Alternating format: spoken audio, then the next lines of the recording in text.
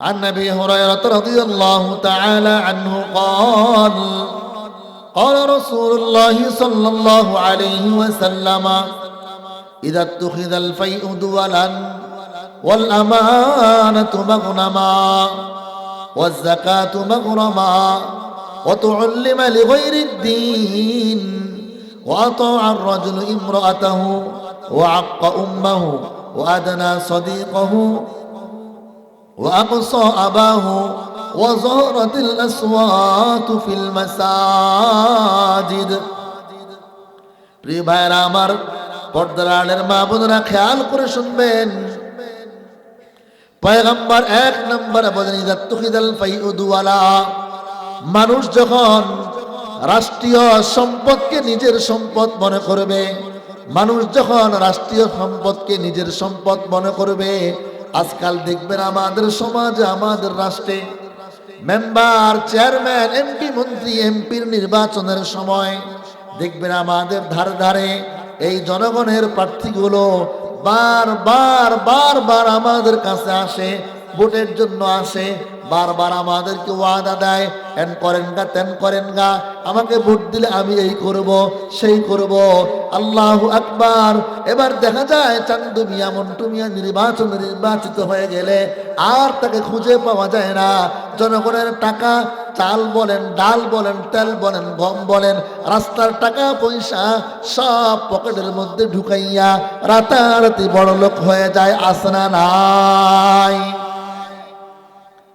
এজন্য রাসূল এক নম্বরে বলেছেন, ইযা তুখিদাল ফাইউ দুওয়ালা, মানুষ যখন রাষ্ট্রীয় সম্পদকে নিজের সম্পদ মনে করবে। একদল তো আমাদের দেশের সব টাকা পয়সা, হাজার হাজার কোটি কোটি টাকা দেশের বাইরে পাচার করে দিয়েছিল। কথা বলুন ঠিক কিনা? দেশের সম্পদ নিজের মতো করে খরচ করেছিল। এদেশের মানুষ না খেয়ে মরছে। এদেশের মানুষ, কত মানুষ এখনো ফুটপাতে ঘুমায়, কত মানুষ এখনো ঠিক মতো ঘর নাই, বাড়ি নাই, শীতের কম্বল গায়ে দিতে পারে না, আরাম করে ঘুমাতে পারে না, তিন বেলা পেট ভরে খেতে পারে না। আর এই লোকগুলা নির্বাচিত হইয়া জনগণের টাকা, জনগণের সব কিছু পকেটের মধ্যে ঢুকাইয়া হাজারো টাকা দেশের বাইরে পাচার করে দেয়। রাসূল বলেন, এক নম্বর কিয়ামতের আলামত, মানুষ যখন রাষ্ট্রীয় সম্পদকে নিজের সম্পদ মনে করবে।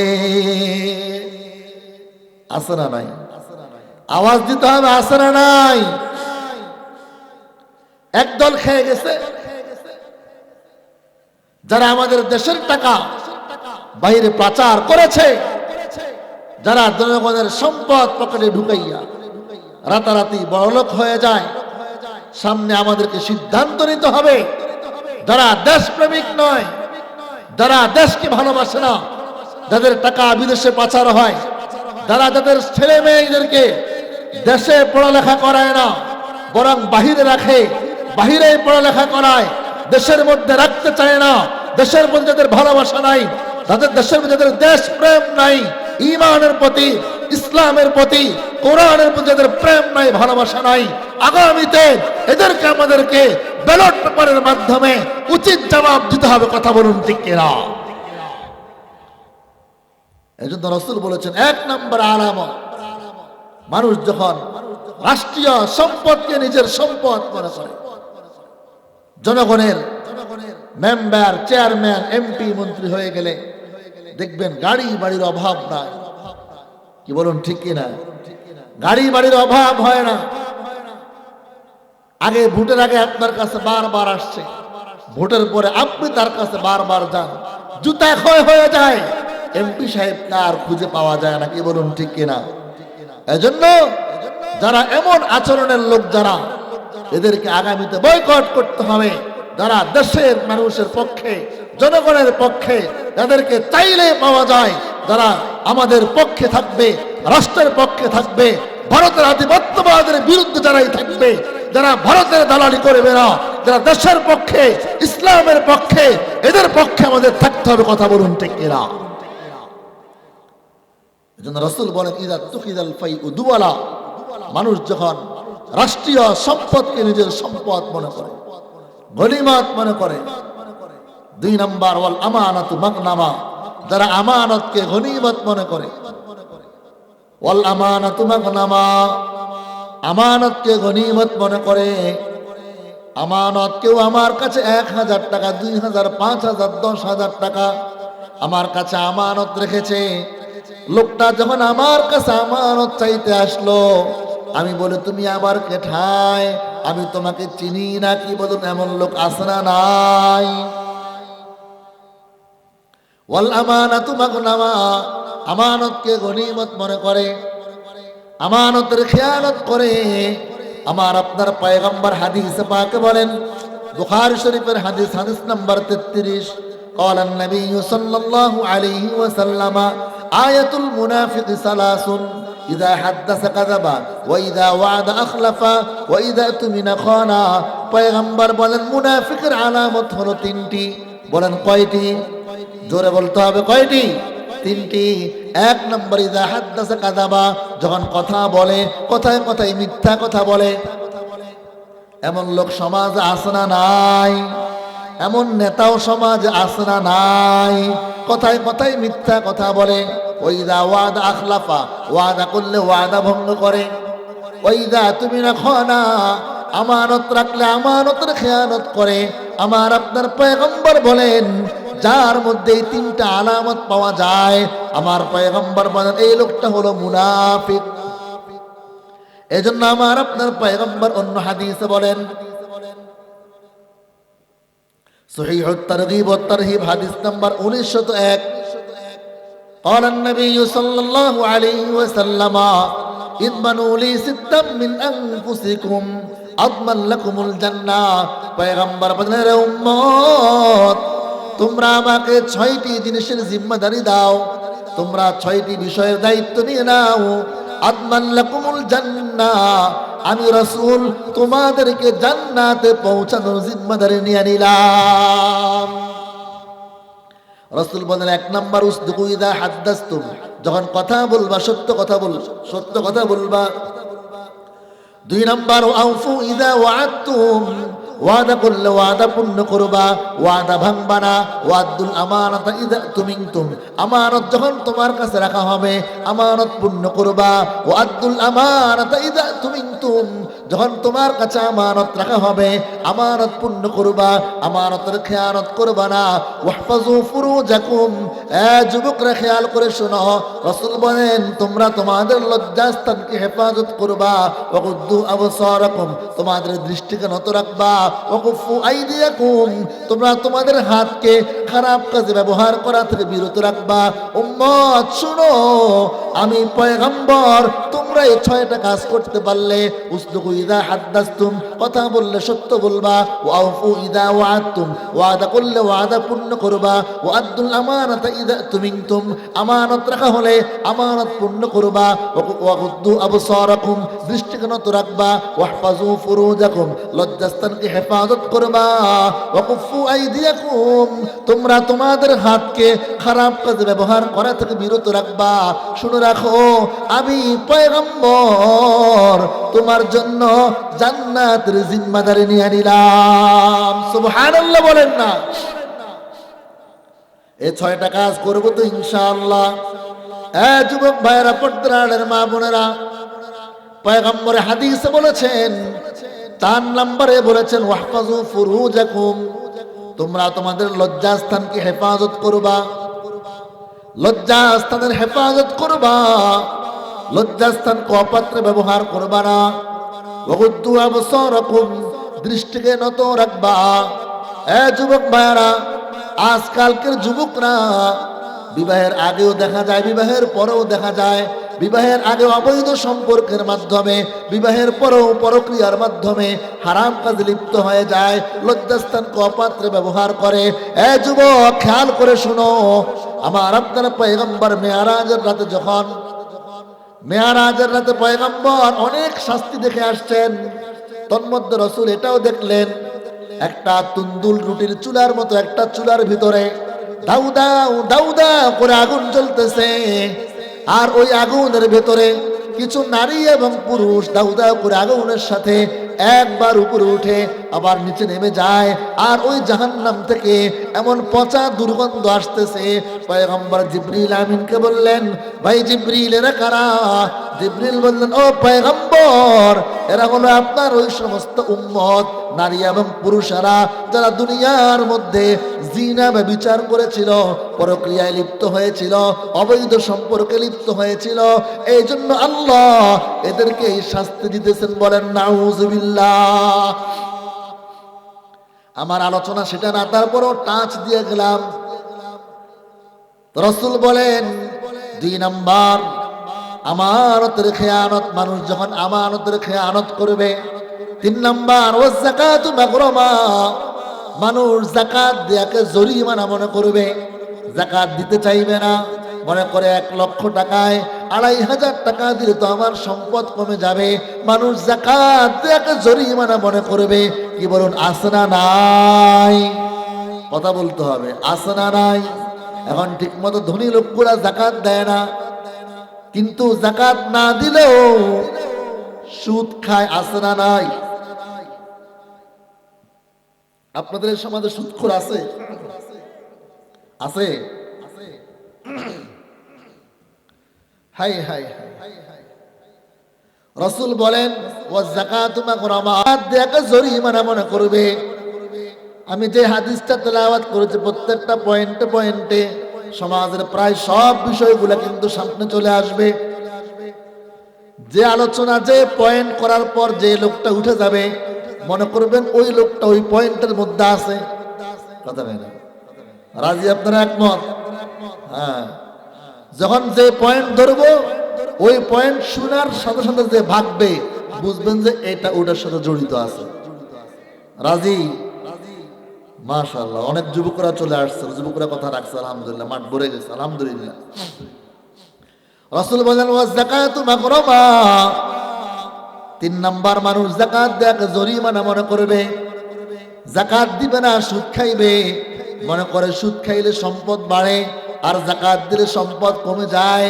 এমন বুদ্ধিমান সমাজে আছে না নাই?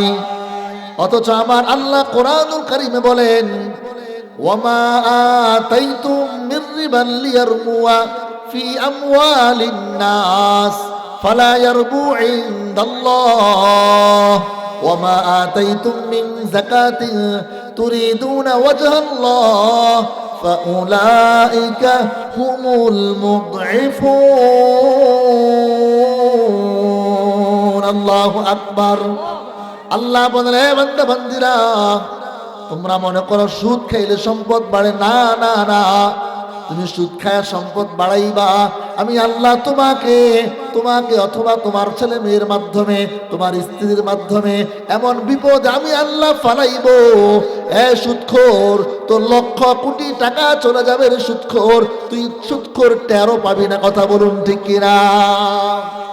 সুদ খাইলে সম্পদ বাড়ে না, বরং আল্লাহ বলেন, ওমা আতাইতুম মিন যাকাতিন তুরিদুনা ওয়াজহাল্লাহ, তোমরা যদি আমি আল্লাহকে সন্তুষ্ট করার জন্য যাকাত দাও, আমি আল্লাহ তোমার সম্পদকে ডবল করে দিব। বলেন সুবহানাল্লাহ।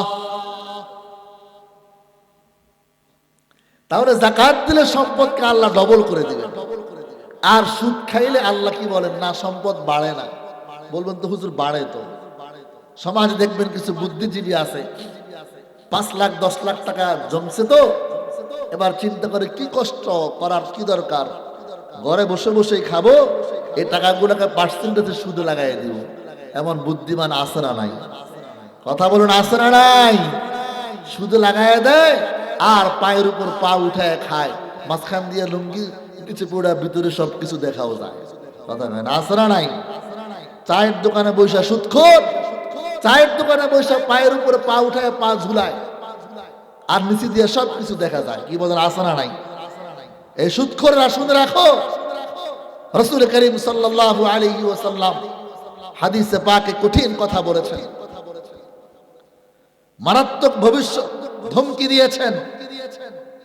রাসূলুল্লাহ সাল্লাল্লাহু আলাইহি ওয়াসাল্লাম হাদিসে পাকে বলেন, হযরত জাবির ইবনে আব্দুল্লাহ রাদিয়াল্লাহু তাআলা আনহু থেকে বর্ণিত, মুসলিম শরীফের বর্ণনা, হাদিস নাম্বার 1598। কত নাম্বার বললাম? 1598 নম্বর হাদিস, মুসলিম শরীফের বর্ণনা। عن جابر بن عبد الله رضي الله تعالى عنه قال لعن رسول الله صلى الله عليه وسلم آكل الربا وموكله وكاتبه وشاهديه وقال هم سواء।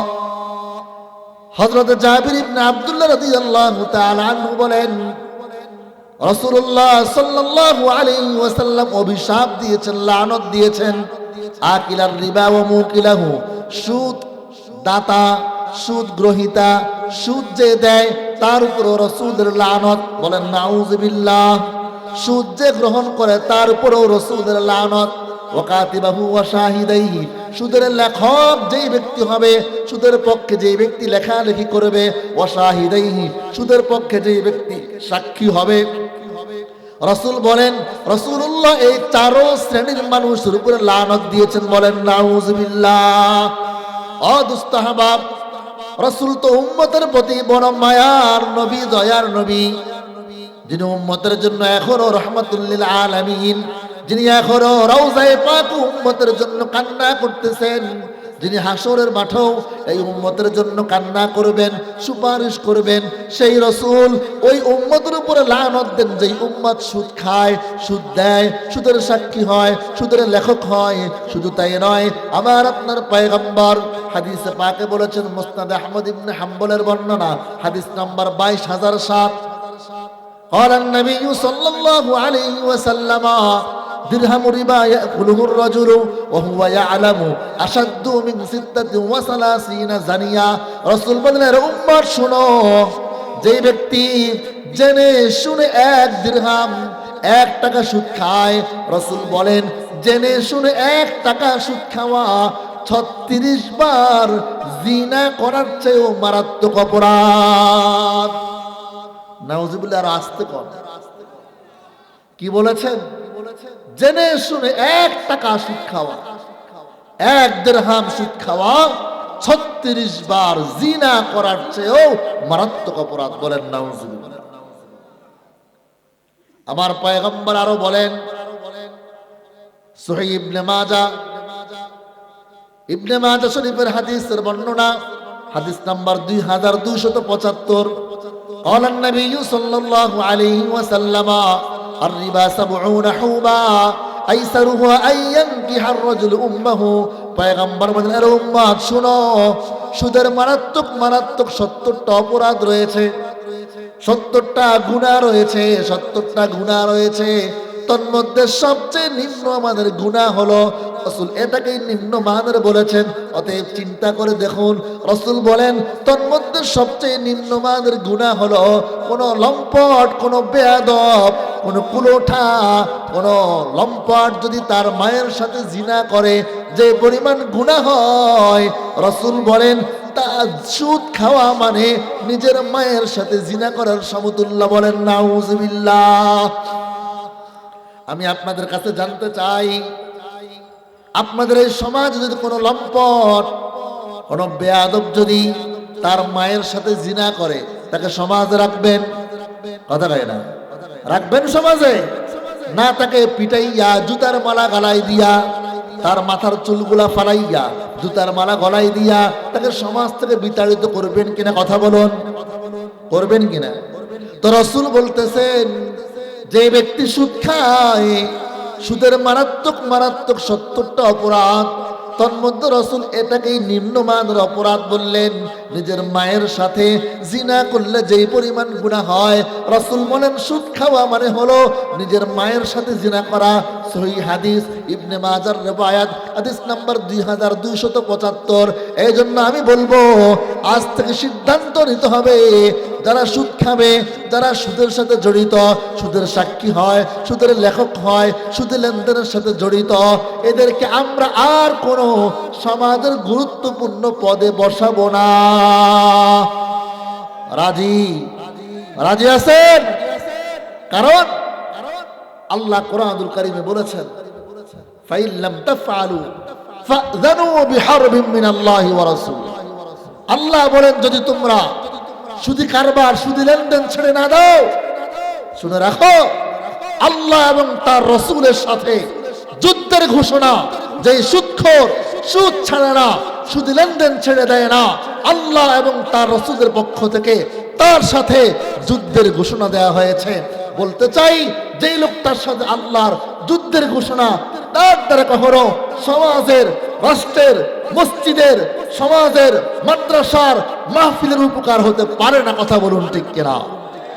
এজন্য কোন সুদখোরকে আপনারা আজ থেকে সমাজের কোন গুরুত্বপূর্ণ পদে, মসজিদের সভাপতি, মাদ্রাসার সভাপতি, মেম্বার, চেয়ারম্যান, এমপি, মন্ত্রী, কোন সুদখোরকে বানানো যাবে না। কথা বলুন ঠিক কিনা?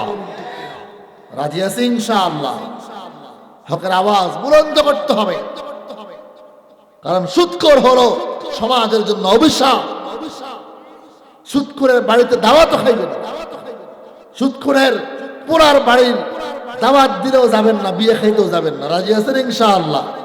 এজন্য আমার রাসূল বলে গিয়েছেন, ওয়াজ যাকাতু মাকরামা, এমন একটা সময় আসবে মানুষ যাকাত দিয়ে জরিমানা মনে করবে, যাকাত দিবে না। বাস্তবতা হলো এটাই। আজকে যদি আমরা যাকাত দিতাম, ধনী লোকগুলা, আমাদের দেশে কোনো গরিব থাকতো না। কি বলুন ঠিক কিনা? যাকাত দেয় না, এজন্য রাসূল বলেন ওয়াজ যাকাতু মাকরামা। 4 নাম্বার, ওয়াতুল্লিমা লিগাইরিদ দ্বীন, মানুষ দ্বীনি উদ্দেশ্য ছাড়া অন্য উদ্দেশ্যে ইলম শিখবে। আল্লাহকে পাওয়ার জন্য নয়, আল্লাহর সন্তুষ্টির জন্য নয়, বরং মানুষ আমাকে বড় আলেম বলবে, বড় বক্তা বলবে, বড় মুহাদ্দিস বলবে, মানুষ আমাকে জাননেওয়ালা বলবে, পণ্ডিত বলবে। এই জন্য মানুষ ইলম শিখবে। এক ব্যাখ্যা তো হলো এটা। আরেক ব্যাখ্যা দেখবেন, বর্তমান জামানায় আমাদের কিছু ভাইয়ারা আছে, বাংলা বুখারী, বাংলা মুসলিম শরীফ, বাংলা কোরআন তরজমা পড়িরা নিজেকে অনেক বড় পণ্ডিত মনে করে। মসজিদে আইসা ইমাম মুয়াজ্জিনের লগে টক্কর লাগায়, ও হুজুর আমি কি কম জানি নাকি, আমিও তো বাংলা বুখারী পড়ি, বাংলা মুসলিম পড়ি। এমন পণ্ডিত আছে না নাই? রাসূল বলেন ওয়াতুল্লিমা লিগাইরিদ দ্বীন। 4 নাম্বার, মানুষ দ্বীনি উদ্দেশ্য ছাড়া অন্য উদ্দেশ্যে ইলম শিখবে। 5 নাম্বার, ওয়াতাআর রাজুলু ইমরাতাহু, পুরুষগুলা স্ত্রীর বাধ্য হয়ে যাবে। স্ত্রীর কথা মতো উঠবে আর বসবে, উঠ উঠে বস বসে, উঠ উঠে বস বসে, আছে না নাই? ওয়াতাআর রাজুলু ইমরাতাহু, পুরুষগুলা স্ত্রীর বাধ্য হয়ে যাবে, স্ত্রীর কথা মতো চলবে। ওয়াক্কা উম্মাহু, মায়ের অবাধ্য হয়ে যাবে, মার কথা মতো চলবে না, মাকে দেখতে পারবে না, মাকে পছন্দ করবে না। ওয়াক্কা উম্মাহু ওয়াদানা সাদিকাহু, বন্ধু বান্ধবকে কাছে টানবে, বন্ধু বান্ধব নিয়ে ফুর্তি করবে, শালা শালে নিয়ে ফুর্তি করবে, আছে না নাই? ওয়াকসা আবাহু, বাবাকে দূরে সরায় দিবে। এ মুরব্বী কই যায়, আবার আইসেন, এখন আপনাকে ওয়াজ দেব, এখন আপনাকে পক্ষে। ওয়াতাআর রাজুলু ইমরাতাহু, পুরুষগুলা স্ত্রীর বাধ্য হয়ে যাবে। ওয়াক্কা উম্মাহু, মায়ের অবাধ্য হয়ে যাবে। ওয়াদানা সাদিকাহু, বন্ধু বান্ধবকে কাছে ডাকবে। ওয়াকসা আবাহু, বাবাকে দূরে সরায় দিবে। কি বলেন, এগুলো আছে না নাই? ওয়াতাআর রাজুলু ইমরাতাহু, স্ত্রীর কথা মতো চলে। স্ত্রী বলো, আমার প্রাণের স্বামী গো, তুমি যদি দাঁড়িয়ে রাখো তোমার তো বুড়া বুড়া লাগবে। এবার স্ত্রীর কথা মতোই দাঁড়িয়ে আর রাখে না, চেহারাটাকে এমন সাসা সাসে, সাসা বুঝেন তো, এমন কামানি কামায়, আল্লাহু আকবার, পুরা চেহারাটাকে ফুটবল খেলার মাঠ বানায় ফেলায়। কথা কয় না? এখন অনেকের ভাল লাগবে না, হ্যাঁ? চেহারাটাকে কামাইতে কামাইতে স্ত্রী কয় তুমি দাঁড়িয়ে রাখবে না, তোমাকে বুড়া বুড়া লাগবে। স্ত্রী কথা দাঁড়িয়ে রাখে না, এমন কাপুরুষ আছে না নাই? যুবক, যে মেয়েটা দাড়ি পছন্দ করে না, শয়তান হলো 2 প্রকার, মিনাল জিন্নাতি ওয়ান নাস, মানুষ শয়তান, জিন শয়তান। যে মেয়েটা দাড়ি পছন্দ করে না, যে মেয়েটা টুপি পছন্দ করে না, যে মেয়েটা পাঞ্জাবি পছন্দ করে না, যে মেয়েটা আলেম পছন্দ করে না, এটা তো মানুষ না, এটা হলো শয়তান। কথা বলুন ঠিক কিনা? এজন্য যে মেয়েটা দাড়ি পছন্দ করে না, তুমি মানুষ হয়ে মানুষ বিয়ে করবা, মানুষ হয়ে মানুষের সাথে সংসার করবা, কোন শয়তানের সাথে সংসার করার দরকার নাই। কথা বলুন ঠিক কিনা? স্ত্রী বলে, ও পাশের ঘরে টেলিভিশন আছে, ওয়াইফাই আছে, পাশের ঘরে স্টার জলসা, জি বাংলা চলে, পাশের ঘরে টেলিভিশনে দুমদাম আওয়াজ। আমার ঘরে কোনো টেলিভিশন নাই, এবার টেলিভিশন নিয়ে আসে, সারাদিন টেলিভিশন দেখে, কোরআন তেলাওয়াতের খবর নাই, নামাজের খবর নাই, স্বামীর খেদমতের খবর নাই, মা বাবার খেদমতের খবর নাই, শ্বশুর শাশুড়ির খেদমতের খবর নাই, সারাদিন টেলিভিশন লইয়াই পড়ে থাকে। এমন মহিলা সমাজ আছে না নাই? ও মা, আপনিও মা, হযরত বাইজুদ বুস্তামির মা তিনিও মা, আব্দুল কাদের জিলানীর মা তিনিও মা। বর্তমান জামানার আমাদের মা গুলো এমন হয়ে গেছে, এক সময় তো এমন ছিল প্রত্যেকটা ঘর থেকে ফজরের নামাজের পর গুনগুন গুনগুন গুনগুন করে কোরআন তেলাওয়াতের আওয়াজ ভেসে আসতো। পুরুষরা আমরা মসজিদ থেকে নামাজ পড়ে যখন ঘরে যাইতাম, এর আগেই আমাদের বিবিরা উঠে নিজেরা ওযু করতেন, স্বামীর জন্য গরম পানির ব্যবস্থা করতেন, ছেলে মেয়েদেরকেও নামাজে পাঠিয়ে দিতেন, মক্তবে পাঠিয়ে দিতেন, ঘর ঝাড়ু দিয়া ঘরটা পরিষ্কার করে নিজে কোরআন তেলাওয়াত করতেন, স্বামীর জন্য, শ্বশুর শাশুড়ির জন্য, ছেলে মেয়ের জন্য নাস্তা রেডি করে রাখতো। আর বর্তমান জামানার মেয়েরা, বর্তমান জামানার মহিলারা রাত 12টা-1টা পর্যন্ত টেলিভিশন দেখে, স্টার জলসা, জি বাংলা, স্টার প্লাস, এগুলা নাটক সিনেমা দেখতেই থাকে, মোবাইলে সিরিয়াল দেখতেই থাকে। এবার সকাল 8টা-9টা পর্যন্ত ঘুমায়, স্বামীর খেদমতের খবর নাই, শ্বশুর শাশুড়ির খেদমতের খবর নাই, ছেলে মেয়েকে বক্তব্যে পাঠানোর খবর নাই। কথা বলুন ঠিক কিনা? ও মা, এক জমানায় তো এমন ছিল, আমাদের মায়েদের পেটের মধ্যে যখন সন্তান আসতো, আল্লাহু আকবার, মা তাদের অন্তরে আল্লাহর ভয় ঢুকে যাইত। লজ্জা শরমে পেটটা বড় হয়ে গেছে, উঠানেও বের হতো না, বাসুরের সামনেও যেত না, পর পুরুষের সামনেও যেত না। কথা বলুন ঠিক কিনা? গান বাদ্য আর শুনতো না, দেখতো না। পেটের মধ্যে সন্তান আসার সাথে সাথেই প্রত্যেকটা মার হাতের মধ্যে তাসবিহ উঠে যেত, কোরআন তেলাওয়াত করত, ইস্তিগফার পড়ত, আল্লাহর কাছে কান্নাকাটি করত। তার কারণে আল্লাহ ওই জামানায় কাউকে হাসপাতালেও যাওয়া লাগতো না, আল্লাহ ঘরেই খালাস করে দিত। কথা বলুন ঠিক কিনা? আরে আমরাই 11 জন ভাই বোন।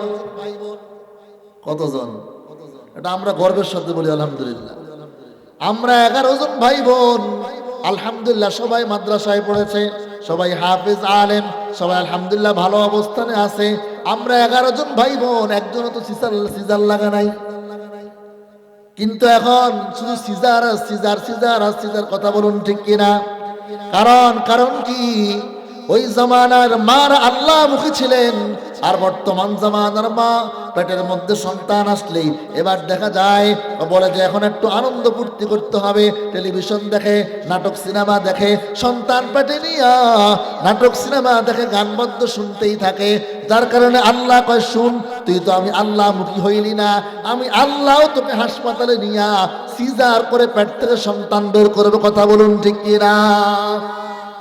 আগেকার জামানার সন্তানগুলো নেককার হতো, এখন হয় না কেন? এখনকার মারা পেটের মধ্যে সন্তান নিয়া নাটক দেখে, সিনেমা দেখে, গান বাদ্য দেখে। বাইজিদ বুস্তামি মায়ের পেট থেকেই 18 পারা কোরআনের হাফেজ হয়ে দুনিয়ায় আসছে। বলেন সুবহানাল্লাহ। কারণ মা তেলাওয়াত করতেন, রান্না করতে গেলেও তেলাওয়াত করতেন, বাচ্চার জন্য দোয়া করার সময় তেলাওয়াত করতেন। এই জন্য মা বোনদেরকে বলে যাব, স্বামীকে বাধ্য বানাইয়া দ্বীনের উপরে চলবেন, কোরআনের উপরে চলবেন। ও যুবক মায়েরা, এই জন্য আমার পয়গম্বর বলেন, ওয়াতো আর রাজুলু ইমরাতাহু, মানুষগুলা স্ত্রীর বাধ্য হয়ে যাবে, ওয়াক্কা উম্মাহু, মায়ের অবাধ্য হয়ে যাবে। বর্তমান জামানায় দেখা যায় ছেলেরা মাকে বিশ্বাস করে না, বাবাকে বিশ্বাস করে না। বিদেশে যাওয়ার পর, ঢাকাতে যাওয়ার পর, চট্টগ্রাম যাওয়ার পর চাকরি করে, বিদেশ যাওয়ার পর চাকরি করে, মা বাবাকে বিশ্বাস করে না। নতুন বধূর নামে অ্যাকাউন্ট খোলে, আছে না নাই? নতুন বধূর নামে অ্যাকাউন্ট খুইলা অ্যাকাউন্টে টাকা পাঠায়, বিদেশ থেকে টাকা পাঠায়, 1 বছর 2 বছর 3 বছর 5 বছর সব টাকা পাঠায়।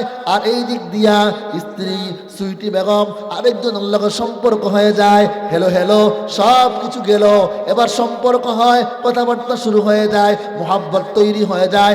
একদিক দিয়ে বেচারা বিদেশ থেকে আসে, আরেক দিক দিয়ে বেচারি ব্যাংকের অ্যাকাউন্টের সব টাকা লইয়া মন্টু মিয়ার লগে হিজরত করে চলে যায়। কথা কেন আসে না নাই? মা বাবাকে বিশ্বাস করে না, অথচ আপনার মাই হলো আপনার জন্য সবচেয়ে আপন। কথা বলুন ঠিক কিনা? মা হলো সবচেয়ে আপন। দুনিয়ার সবাই আপনাকে ভালোবাসবে স্বার্থের জন্য, মা বাবার ভালোবাসার মধ্যে কোনো স্বার্থ নাই। মা ভালোবাসবে স্বার্থহীন ভাবে, আপনাকে ভালোবাসবে। সন্তান যখন বাহিরের থেকে আসে, বিদেশ থেকে ঢাকা থেকে আসে, সন্তান ছেলেটাও হাতের দিকে তাকায়, বাবা আমার জন্য কি নিয়ে আসলাম। মেয়েটাও হাতের দিকে তাকায়, মা আমার জন্য, বাবা আমার জন্য কি নিয়ে আসলাম। স্ত্রীও হাতের দিকে তাকায়, আমার জন্য কি নিয়ে আসছো। ভাই বোন বলেন, ছেলে বলেন, মেয়ে বলেন, স্ত্রী বলেন, সবাই হাতের দিকে তাকায়, কিন্তু একজন যিনি আপনার হাতের দিকে তাকান না, যিনি আপনার পেটের দিকে তাকান আর চিন্তা করেন আর বলেন, এই কথা বলেন না, বাবা আমার জন্য কি আনছো। বলেন যে বাবা এত দূরের পথ, আম্মা তোমার জন্য কি লাগবে, যাওয়ার আগে হাজির করে দেয়। আর মা বাবাকে عن أبي الدرداء رضي الله تعالى عنه أن رجلا أتاه فقال إن لي امرأة وإن أمي تأمرني بطلاقها। হযরত আবু দারদা রাদিয়াল্লাহু তাআলা আনহু বলেন, ওনার কাছে এক লোক আসলো, আয়েশা বলতেছে, আবু দারদা আমার পয়গম্বর বলেছেন তোমার পিতা মাতাই হলো তোমার জান্নাতের প্রবেশের দরজা। যদি তোমার জান্নাতে যেতে মনে চায়, পিতা মাতার সাথে সঠিক ব্যবহার করে জান্নাতের দরজা তুমি ঠিক রাখো। আর যদি জান্নাতে যেতে মনে না চায়, পিতা মাতার সাথে খারাপ ব্যবহার করে তুমি তোমার জান্নাতের দরজা ভেঙে দাও। কি বুঝা গেল? মা বাবাকে দূরে সরাই দিতে হবে নাকি? কথা বলেন। তবে হ্যাঁ, মার হক সবার ঊর্ধ্বে, স্ত্রীকেও তার প্রাপ্য অধিকার অবশ্যই দিতে হবে। রাসূল বলেছেন, খিয়ারুকুম খিয়ারুকুম লিআহলিহি ওয়া আনা খায়রুন লিআহলি। যে তার পরিবারের কাছে ভালো, সে উত্তম, সবচেয়ে ভালো মানুষ। যে মেয়েটা মা বাবা ভাই বোন বন্ধু বান্ধব সবাইকে ছেড়ে আপনার কাছে চলে এসেছে, তার প্রতি আপনাকে সহানুভূতিশীল হতে হবে, তার অধিকার আদায় করতে হবে, তাকে মহব্বত করতে হবে, ভালোবাসতে হবে, কিন্তু কখনোই মায়ের ঊর্ধ্বে নয়। স্ত্রীকে ভালোবাসা দিতে গিয়ে, স্ত্রীর হক আদায় করতে গিয়ে মাকে বঞ্চিত করা যাবে না, মায়ের মনে কষ্ট দেওয়া যাবে না, বাবার মনে কষ্ট দেওয়া যাবে না। মা বাবাকে পর করে স্ত্রী কখনো আপন করা যাবে না। কথা বলুন ঠিক কিনা? রাসূল তারপরে বলেন, ওয়াদানা সদিকাহু, মানুষ বন্ধু বান্ধব নিয়ে ফুর্তি করবে, ওয়াকস আবাহু, বাবাকে দূরে সরাই দিবে। বাস্তব তাই হচ্ছে। শালারে খুব আদর করে, শালি লিয়া ঘুরতে যায়, আসে না নাই? অনেক আছে বউ লয়ে ঘুরতে ঘুরতে আর ভালো লাগে না, এবার শালি লয়ে ঘুরে। কথা কয় না, আসে না নাই? বন্ধু বান্ধব নিয়ে ফুর্তি করবে, শ্বশুর বাড়ির লোকদের খুব মোহাব্বত করে, আদর করে, যত্ন করে, কদর করে। বাবার খবর নেয় না, বাবাকে ফোন দেওয়ার টাইম পায় না, বাবার কি দরকার, কি প্রয়োজন, বাবার সাথে যোগাযোগও রাখে না, সম্পর্কও রাখে না। আলাদা ঘর বাড়ি, আলাদা বাসা, আলাদা ব্যবস্থাপনা, মা বাবার খবরই নেয় না। এগুলা কিয়ামতের আলামত, এগুলো আযাব আসার কারণ, আযাব আসার কারণ এগুলাই বর্তমান আমাদের সমাজের প্রায় 50 থেকে 60%, 70% ঘরের অবস্থা এমনই। মা বাবার সাথে সুন্দর আচরণ করে না, মা বাবার সাথে ভালো ব্যবহার করে না, মা বাবার খবরই নেয় না। যুবক, আমি আর আপনি যখন ছোট ছিলাম, আমার মুখে মা বাবা কত কষ্ট করে খাবার তুলে দিয়েছেন। কমলার কোষটা আমার মুখে তুলে আমাকে খাইয়েছেন, নিজে না খেয়ে আমাকে খাওয়াইলেন। কমলার কোষ, এরপরে আপনার আনারের দানাগুলো আমার মুখে তুলে দিয়েছেন, নিজে খান নাই।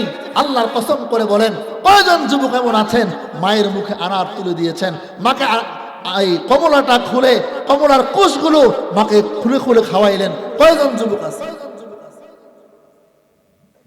এজন্য মা বাবার খেদমত করবেন, মা বাবার চেহারার দিকে, মার চেহারার দিকে নেক নজরে একবার তাকাইবেন। হজ করতে যাইবেন, লক্ষ টাকা খরচ করে, কবুল হবে কিনা বলা যায় না। রাসূল সার্টিফিকেট দিয়েছেন, তোমার মার চেহারার দিকে নেক নজরে একবার তাকাও, আল্লাহ তোমাকে একটা কবুল হজের সওয়াব দিয়ে দেবে। সাহাবী বললেন, ইয়া রাসূলুল্লাহ, কোন ব্যক্তি যদি দৈনিক 100 বার তাকায়, বলেন কতবার?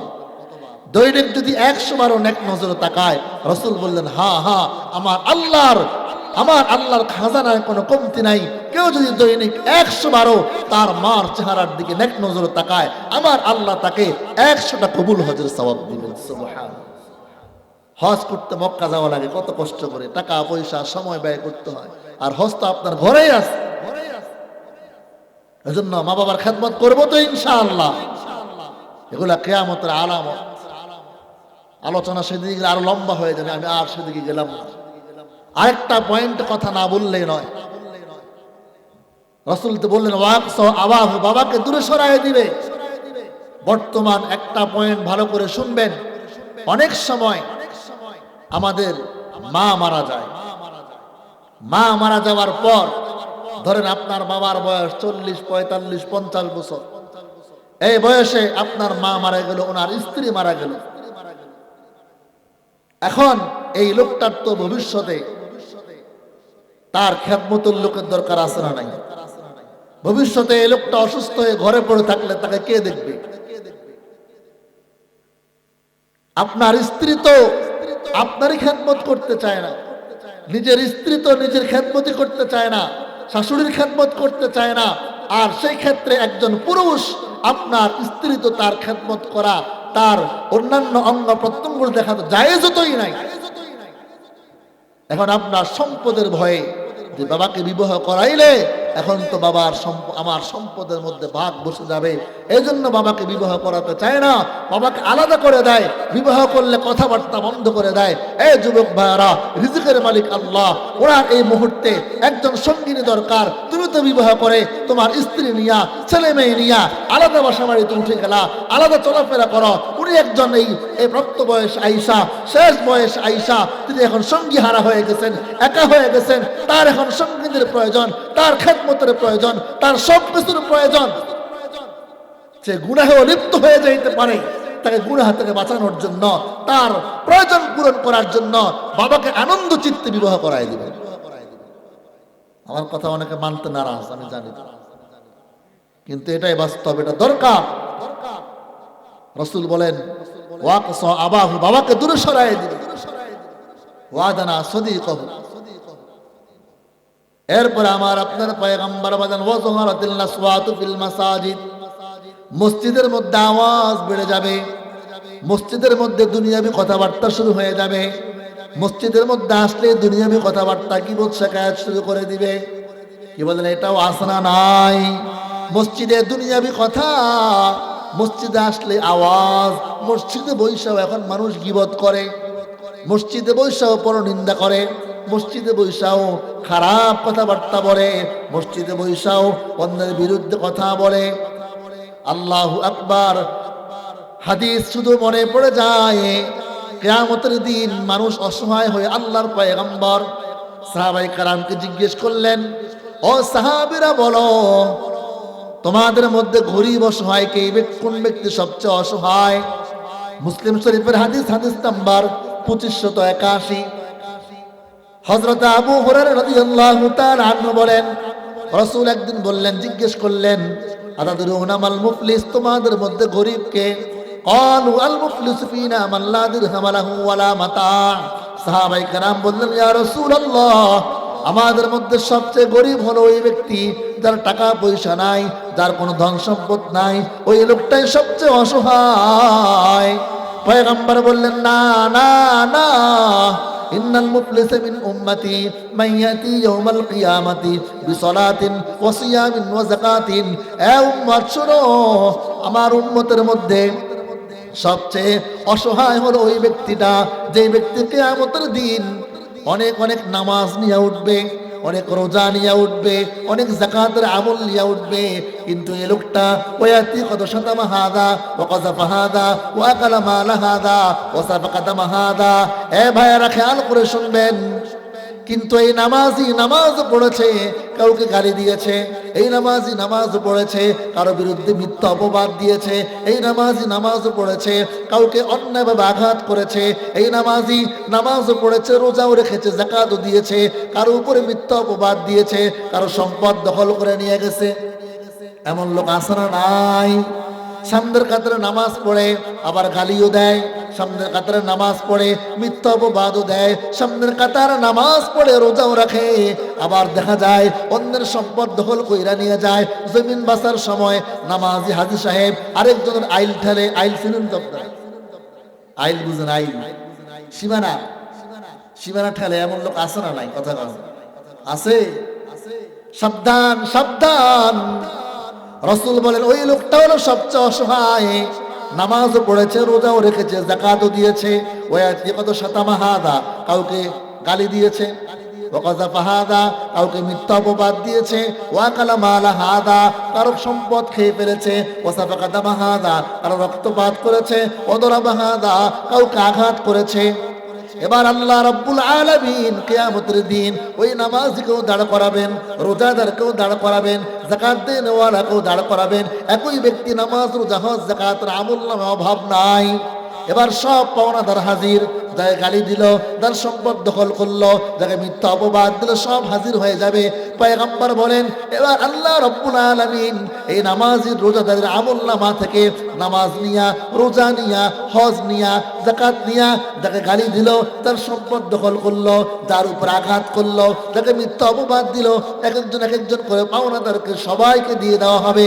এক পর্যায়ে যখন সব দেওয়া শেষ, দেওয়ার মতো আর কিছুই নাই, আল্লাহ রাব্বুল আলামিনের পয়গম্বর বলেন এবার ওই লোকগুলোর আমলনামা থেকে গুনাহ নিয়া সব গুনাহগুলো এই ব্যক্তির আমলনামা দেওয়া হবে। ফাতুরিহা আলাইহি সুম্মা তুরিহা ফিন্নার, এই নামাজিকে আল্লাহ ধাক্কা দিয়ে জাহান্নামে ফেলে দিবে। নাউযুবিল্লাহ বলবেন। এখন সাবধান, এই জন্য বলতেছিলাম মসজিদে আয়েশাও দেখা যায় দুনিয়াবি কথাবার্তা আমরা বলি। রাসূল বলেন এটাও কিয়ামতের আলামত, মসজিদের মধ্যে দুনিয়াবি আলোচনা হবে, মসজিদের মধ্যে দুনিয়াবি কথাবার্তা হবে। এখন তো আবার আমরা মসজিদে আয়েশা ইমাম সাহেব যদি ঘটনাক্রমে 1 মিনিট 2 মিনিট দেরি করে, দেখবেন একবার দেয়াল ঘড়ি দেখে, একবার মোবাইলে ঘড়ি দেখে, একবার হাত ঘড়ি দেখে, একবার পিছনে তাকায়। হুজুররা টাইমের মূল্য বুঝে না, কথা কয় না, আছে না নাই? হুজুরদের কাছে টাইমের কদর নাই, টাইমের গুরুত্ব নাই। অথচ দেখবেন এই লোকটাই দোকানপাটে বইসা বইসা চায়ে চুমুক মারে আর সারাদিন গল্প গুজব করে, আড্ডা দেয়, তখন তার সেই টাইমের মূল্য থাকে না। কথা বলুন ঠিক কিনা? প্রিয় ভাইয়েরা আমার, ইমামের সাথে বেয়াদবি করবেন না। যে ইমামের কারণে আপনার আখিরাত শুদ্ধ হইতেছে, যে ইমাম, এই সমাজের মধ্যে সবচেয়ে কোরবানি এবং ত্যাগ হলো আলেমদের। আপনারা যারা ক্ষেত খামারে কাজ করেন, ব্যবসা বাণিজ্য করেন, একজন ইমাম, একজন মুয়াজ্জিন, সেও যদি ক্ষেত খামারে কাজ করত, ব্যবসা বাণিজ্য করত, মাসে 30,000 40,000 কামাইতে পারত, কিন্তু তা না করে আপনাদেরকে নামাজ পড়ায়, আপনাদের বাচ্চাদেরকে পড়ায়, আপনাদের সমাজ সেবায় নিয়োজিত আছে, বেতন দের 5,000 6,000 10,000। আপনাদের বিবেকের কাছে প্রশ্ন রেখে গেলাম, আপনি আপনার সন্তানের জন্য বাজার থেকে আসতে আইসক্রিম নিয়ে আসেন, মজার মজার খাবার নিয়ে আসেন, মজার মজার খাবার কাপড় নিয়ে আসেন। একজন ইমাম সাহেব, তার তো মনে চায় ছেলেটার জন্য একটু মজার খাবার নিয়ে যাইতে, সুন্দর জামা কিনতে মনে চায়, কিন্তু দেখা যায় বেতন দেন 10,000 11,000 12,000। এই টাকায় বর্তমানে কিছুই হয় না। কথা বলুন ঠিক কিনা? এই জন্য বিবেক পরিবর্তন করতে হবে। যাই হোক, রাসূল বলেন ওয়াজহারাতুল আসওয়াতু ফিল মাসাজিদ, মসজিদের মধ্যে আওয়াজ বেড়ে যাবে। ওয়াসাদাল কবিলাতা ফাসিকুহুম, কবিলা গোত্রের নেতৃত্ব দিবে, তাদের মধ্যে ফাসিক ব্যক্তিরা, খারাপ ব্যক্তিরা, দুষ্ট লোকেরা, ফাসিক ব্যক্তিরা সমাজের নেতা হয়ে যাবে। আসনা নাই? দোষ তো আমাদেরই। আমরা এখন ভালো মানুষদেরকে নেতা বানাই না, বাটপার, সিটিং বাস, নেশাখোর, গাঁজাখোর, বাবাখোর, ইয়াবাখোর, যত খোর আছে, নারীখোর, মদখোর, এদেরকে আমরা সমাজের নেতা বানাই। কথা বলুন ঠিক কিনা? পরিহার করতে হবে এগুলো। রাসূল বলেন ওয়াসাদ আল কবীরাতা ফাসিকুহু, গোত্রের নেতৃত্ব দিবে ফাসিক ব্যক্তিরা, খারাপ ব্যক্তিরা সমাজের নেতা হয়ে যাবে, এরাই সমাজের নেতৃত্ব দিবে। আর আমরা এদের কিছু গুড়গুড় করে ঘুরে বেড়াই, এদেরকে বয়কট করে নামাজি। আমি তো মনে করি মসজিদের ইমামই হবে সমাজের নেতা। প্রত্যেকটা বিচারে, প্রত্যেকটা সমাজ ব্যবস্থাপনায় মসজিদের ইমামের নেতৃত্বে সমাজ পরিচালনা করেন। আল্লাহর কসম, সমাজ পরিবর্তন হয়ে যাবে। সমাজে কোনো চোর থাকবে না, ডাকাত থাকবে না, বাটপার থাকবে না, নারীবাজ থাকবে না, সুদখোর থাকবে না, ঘুষখোর থাকবে না। ওই সমাজ পরিবর্তন হয়ে সমাজের মধ্যে আল্লাহর রহমত নাযিল হবে। কিন্তু আমরা ইমামকে শুধু মসজিদেই রাখি, আর যত বড় বাটপার, ধোঁকাবাজ, চিটিংবাজ, মিথ্যাবাজ, এদেরকে আমরা নেতা বানায়া এদের কিছু জি হুজুর জি হুজুর করি। এগুলা কিয়ামতের আলামত। আমার বয়ানকে ভালো লাগতেছে না, আমি জানি জীবনে আর দাওয়াত হয়তো নাও দিতে পারেন, না দেন সমস্যা নেই, কিন্তু আমি হক কথা বলি আলহামদুলিল্লাহ। রাসূল বলেন ওয়াসাদ আল কবীরাতা ফাসিকুহুম, কবিলা গোত্রের নেতৃত্ব দিবে ফাসিক ব্যক্তিরা। ওয়াকানা যাঈমুল কওমি আরযালাহুম, রাষ্ট্রপ্রধান হয়ে যাবে নিকৃষ্ট ব্যক্তিরা, খারাপ ব্যক্তিরা রাষ্ট্র পরিচালনা করবে, রাষ্ট্রের নেতৃত্বে চলে যাবে। ওয়াকানা যাঈমুল কওমি আরযালাহুম ওয়া উকরিমার রাজুলু মাখাফাতা শাররিহি, মানুষ মানুষকে সম্মান করবে তার অনিষ্টতার ভয়ে, তার জুলুমের ভয়ে, অত্যাচারের ভয়ে। মানুষ মানুষকে সম্মান করবে তার জুলুমের ভয়ে। অর্থাৎ সামনে দেখলে জি হুজুর জি হুজুর স্যালিউট দিই আমরা, আর পিছনে গেলে বলে শালার পুত এখনো মরে না, কথা কয় না। হ্যাঁ, প্রত্যেকটা সমাজ দেখবেন কিছু লোক আছে এরা পুরা সমাজটাকে জিম্মি বানায় রাখে। ওর কথা মতো চলতে হবে, ওর কথা মতো সব কিছু করতে হবে, যার কারণে মানুষ বাধ্য হয়ে সামনে দেখলে স্যালিউট করে, সামনে দেখলে সালাম দেয়, আর পিছনে গেলে বদদোয়া দেয়। কি বলুন ঠিক কিনা? এজন্য আমার আপনার পয়গম্বর বলেন ওয়াউকরিমার রাজুলু মাখাফাতা শাররিহি, মানুষ মানুষকে সম্মান করবে তার অনিষ্টতার ভয়ে, তার জুলুমের ভয়ে, তার অত্যাচারের ভয়ে। হ্যাঁ, আরেক শ্রেণীর মানুষ সমাজে আছে, ওয়ারাসাতুল আম্বিয়া, নবীর ওয়ারিস, আলেম যারা, এদের প্রতি আমাদের মুহাব্বত, এদের প্রতি আমাদের সম্মান, এটা কি ভয় নাকি? কথা বলেন। একজন হক্কানি রব্বানি আলেমকে দেখলেই ভালো লাগে, দেখলেই সালাম দিতে মনে চায়, একটু মুসাফা করতে মনে চায়। বড় কোনো আলেম আসলে মুসাফার জন্য ধাক্কা ধাক্কি লাগে যায়। কথা বলুন ঠিক কিনা? জীবনে একবারও দেখি নাই, এরপরও বড় একজন আলেম আসছে, একটু দেখতে মনে চায়, মুসাফা করতে মনে চায়। এটার নামই হলো মুহাব্বত, এটার নামই হলো আল্লাহ প্রদত্ত ভালোবাসা। রাসূল বলেন ওয়াউকরিমার রাজুলু মাখাফাতা শাররিহি, মানুষ মানুষকে সম্মান করবে তার অনিষ্টতার ভয়ে। ওয়াযহারাতুল কায়নাত ওয়াল মাআজিব, গান বাদ্যের সয়লাভ হয়ে যাবে, নায়ক নায়িকার সয়লাভ হয়ে যাবে, গায়ক গায়িকার সয়লাভ হয়ে যাবে। নায়ক নায়িকা, গায়ক গায়িকার এমন সয়লাভ, বিগত বছরের সংসদে যাই যাও, ফাইটটা যায়, গান গাইছে, কথা কয় না, কথা কয় না, আছে না নাই? রাসূল বলেন ওয়াযহারাতুল কায়নাত ওয়াল মাআজিব, গায়ক গায়িকা, নায়ক নায়িকার সয়লাভ হয়ে যাবে, গান বাদ্যের সয়লাভ হয়ে যাবে।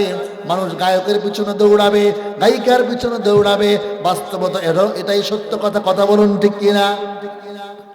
এখন যদি এখানে একজন আনতেন, হ্যাঁ, কোমর দুলায় দুলায় নাচতো, তো যুবক করে মাইকে ডাকা লাগতো, কথা কয় না, ডাকা লাগতো। গায়িকার পিছনে, নায়িকার পিছনে, নায়কের পিছনে দৌড়াবে, রাসূল বলে গেছে। বাস্তবেও তাই।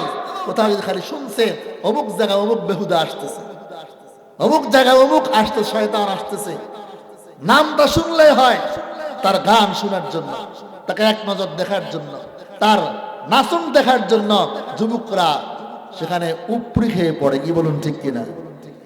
রাসূল বলেন ওয়াযহারাতুল কায়নাত ওয়াল মাআজিব, বাদ্যযন্ত্রের সয়লাভ হয়ে যাবে, গানের সয়লাভ হয়ে যাবে।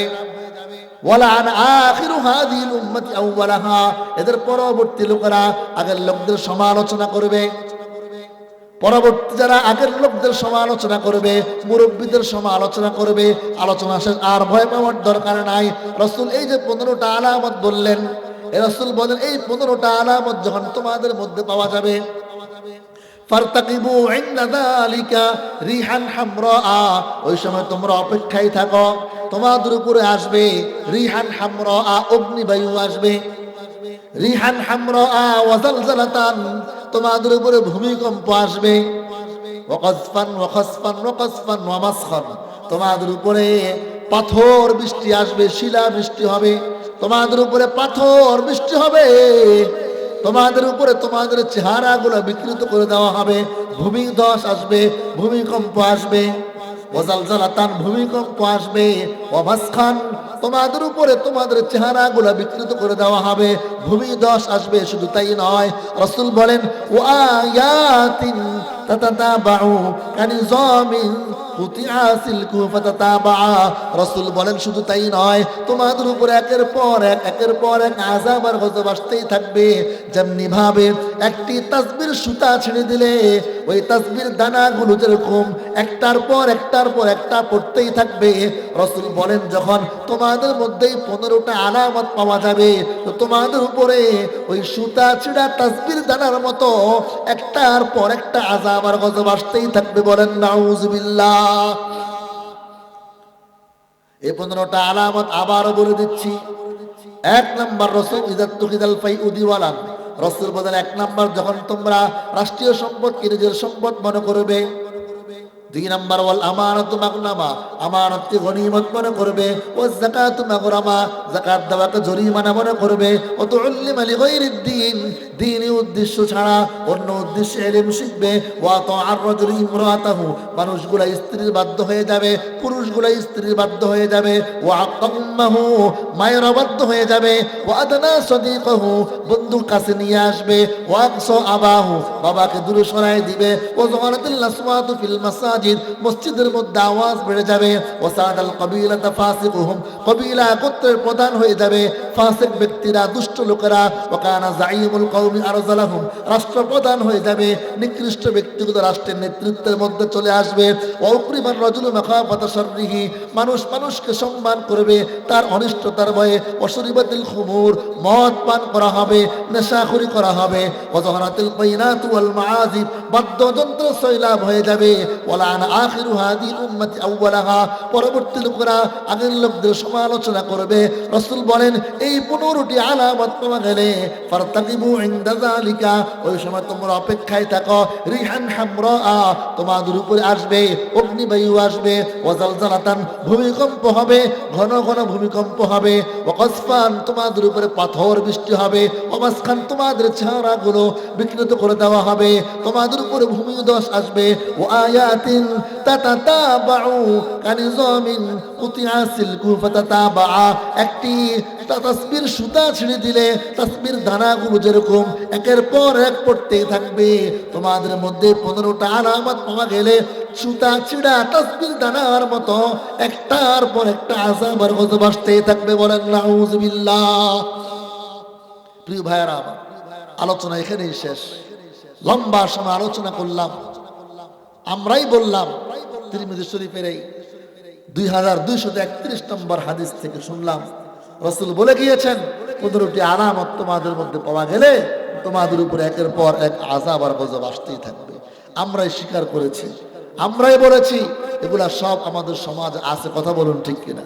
এজন্য আসুন আগে আমরা আমাদের সমাজ পরিবর্তন করব, আগে আমরা নিজেরা ভালো হব, তাহলে সমাজ ভালো হয়ে যাবে। ঠিক আছে ইনশাআল্লাহ? আমি আমার থেকে পরিবর্তন শুরু করি, আমার ঘর থেকে শুরু করি। এভাবে প্রত্যেকে যখন পরিবর্তন করা শুরু করব, ইনশাআল্লাহ দেখবেন আমাদের সমাজ পরিবর্তন হয়ে যাবে। সমাজের মধ্যে ভ্রাতৃত্ববোধ থাকবে, ভালোবাসা থাকবে। আল্লাহর আযাব থেকে, আল্লাহর গজব থেকে আমরা বাঁচতে পারবো। রাজি আছি ইনশাআল্লাহ? আল্লাহ পাক যে লম্বা সময় আলোচনা করলাম আমাদেরকে মানার এবং আমল করার তৌফিক দান করুন, আমিন। লম্বা সময় নিয়ে এসে ঢাকা থেকে আসছি, জুমার নামাজ পড়ে আসরের পর রওনা দিয়েছি। রাস্তায় জ্যাম ছিল, লম্বা জার্নি।